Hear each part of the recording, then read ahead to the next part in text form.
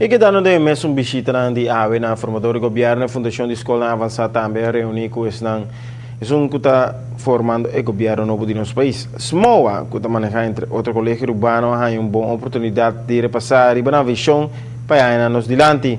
Diretiva de fundação explica formador Mike Eyman que a nos dilante e tem reto grande na colégio urbano, especialmente para a construção de uma escola nova na norte e revisar a lei de HAVO, em qual o bem caminho drástico para estudiantes. Um ponto mais importante é ano passado o Ministério do Onderwijs Douwers afirma covenant com Holanda.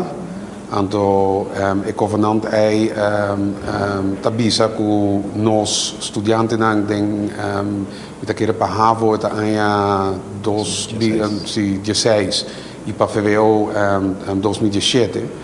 Com nos examen está na mesmo nível com Holanda, zeker com o câmbio na mesma em lei, pero é problema, não problema, pero é tópico importante para nós. O próximo ministro toma de viagem, para se esse aqui de caso, nós decidimos aqui acaba.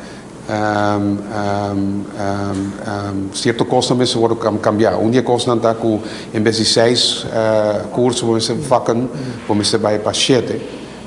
Se isso aqui de caso é stap grande, então nós vamos fazer cambio, que nós vamos ter duidelijkheid de governo novo. Então nós esperamos que o Ministério do Onderwijs vai tomar isso aqui de viagem.